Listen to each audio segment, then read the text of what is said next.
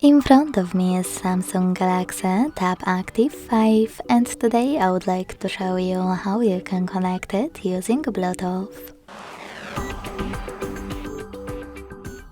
Start by opening settings and tapping on connections right away.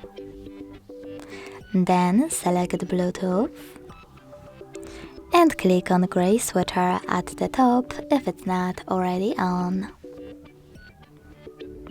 Finally, just wait for available devices to show, and when they do, click on the one that you wish to connect to. Then select Pair in the pop-up and wait for the other device to do the same. As you can see, after a couple of seconds, my devices were successfully connected.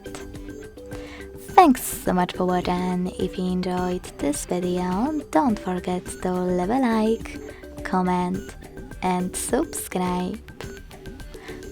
Bye!